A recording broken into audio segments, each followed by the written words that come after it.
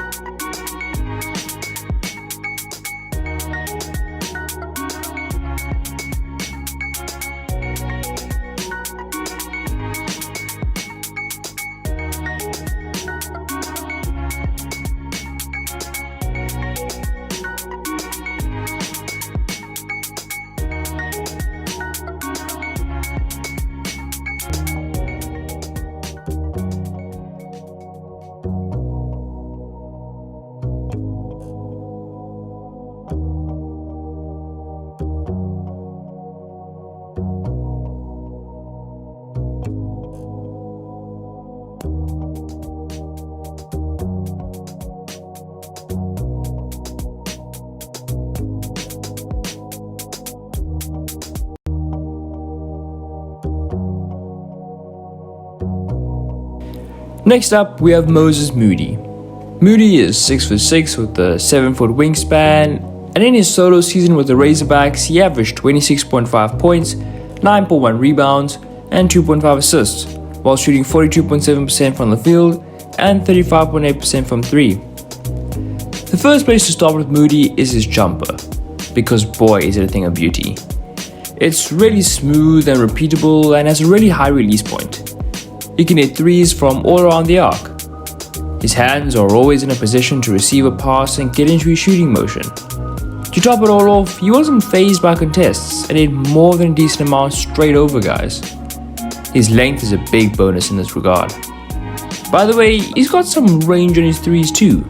He uses his jab step to really throw defenders off, and is a good pull-up shooter too. He demonstrates this a lot in transition, and it's a great way to keep defenses honest when getting back.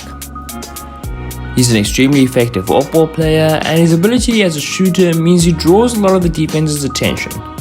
He naturally flows into great shooting positions. He's also a high-level shot creator and made more than a few tough shots. He's not a great finisher at the rim, and is clearly not a fan of contact. He showed potential as a playmaker of drives and penetration, and he also has good potential as an on-ball point of attack defender. He utilized his length well to contest shots, and he's even shown really good potential as a rim protector and a good team defender too. He's not a great athlete though, and doesn't possess a good first step. With Buddy Hield's future as uncertain as it currently is, this should be a good pick for the Kings.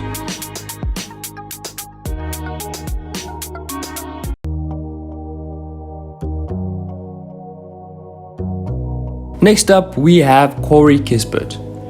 Kispert is 6'7" with a 6'7" wingspan, and in his final season at Gonzaga, he averaged 31.3 points, 8.4 rebounds, and 3.1 assists per 100 possessions, while shooting 53% from the field and 44% from 3. The attribute that stands out most in Kispert's game is his shooting. He's deadly off the catch and shoot. His release is really quick and repeatable. I often talk about whether or not a guy's jumper is certified. Well, in this draft at least, they don't get more certified than Kispert. Contest or not, this guy nails jumpers. And if you're wondering if he's got range on his threes, I can assure you, he can get hot from deep behind the arc too. He's borderline automatic when he's left wide open. Off the ball, he knows where to be and relocates to positions where he can get open shots off. He reads defense as well and runs guys into screens intelligently. He's a great backdoor cutter too, and he can shoot on the move as well, which is important as you'll need to do this a lot more at the NBA level in order to get open. There's also some potential for him to be a pick and pop guy, but I'm not too sure about that. All of this shooting opens up a lot of driving opportunities for him. When he gets ahead of steam, going downhill, he can be dangerous. He reads defense as well and identifies when defenders step up too high. He's got a relatively broad body and he uses his physicality well.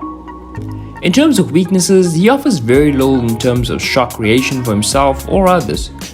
He's not as effective from the mid-range, and he's the kind of guy who's going to get most of his shots from 3 or at the rim. Getting any sort of separation with the ball in his hands was a struggle, the passing wasn't reliable and he turned the ball over relatively often, and defensively, he's not awful on the ball. He's a great complementary player who could slot right into any team, and I think the Kings could use a guy like him.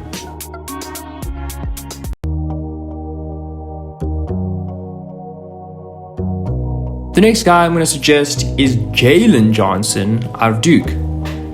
Johnson averaged 30.4 points, 16.4 rebounds, and 6 assists per 100 possessions, while shooting 52.3% from the field and 44.4% from 3. Johnson is a high-level athlete and possesses some serious lift.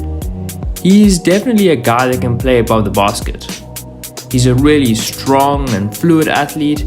Finishing at the basket is not a problem for him, and he was able to put the ball in the basket from close range consistently, even through contact. He runs the floor hard, and his handle is exceptional for a guy that big. He's trouble for defense when he gets ahead of steam going to the basket, and his burst is very deceptive and can beat guys with the dribble. His footwork on the perimeter could use some work though. I think there's potential for him to be able to hit open threes to the next level. For now, his best hope lies in the catch and shoot though, not off the dribble. He hit long twos consistently, so I'm somewhat confident he could stretch those shots out to beyond the arc. He's a very smart passer, and he made some nice cross-court passes and found cutters regularly. He's a high IQ playmaker from the post. He can handle the ball off the grab and go, and he's so much fun to watch when he gets going in the open floor. His dribble in the half court will need some work though. The rim protection is absolutely there. He sneaks up on guys and comes up with blocks and contests consistently. He anticipates action really well. The verticality he shows on the offensive end translates to here as well. There's even some potential for him to be a small ball 5 in certain situations. Guiding guys away from the basket with the body is something he's really good at too. He's also shown that he's stout enough to defend bigger guys in the post. The Kings could use a guy like Johnson at the 4, who has the potential to stretch the floor, play make, and even create his own shot in the future.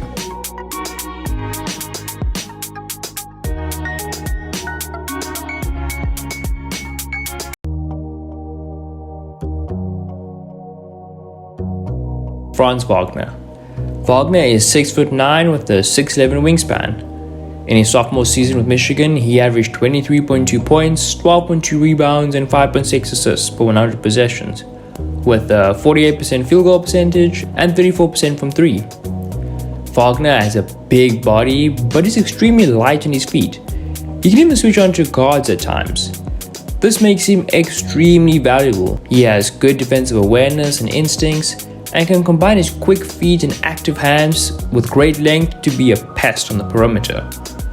Off the ball, he's good at recognizing and blocking passing lanes. He also closes out well and is a smart help defender, and even shown some potential as a rim protector. He's accustomed to playing in a drop coverage system. He does a good job of chasing around screens to stay with shooters too. On the ball, he can handle the ball well for his size. He shows good energy, plays hard, and does all the little things. He's also a great passer, and made some nice pocket passes and finds rollers well in the pick and roll. The jump shot looks alright, and there's a decent chance it'll translate. These shots will need to be very open though, and he's more likely to take threes off the dribble than off the catch.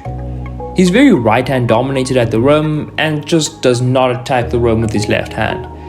The biggest concern with him for me though is his high level shot creation ability and scoring upside. Wings who can defend and shoot are in high demand in today's NBA because there are guys who just help you win games. That's what I think Franz Wagner could be for the Kings. Well, that is it for this video. If you did enjoy it, please politely tap that like button, and if you do like drop coverage, be sure to click that subscribe button because there will be a lot more NBA draft videos coming out soon. So, until next time, it's been your boy, Sacramento Kings. Have a good day.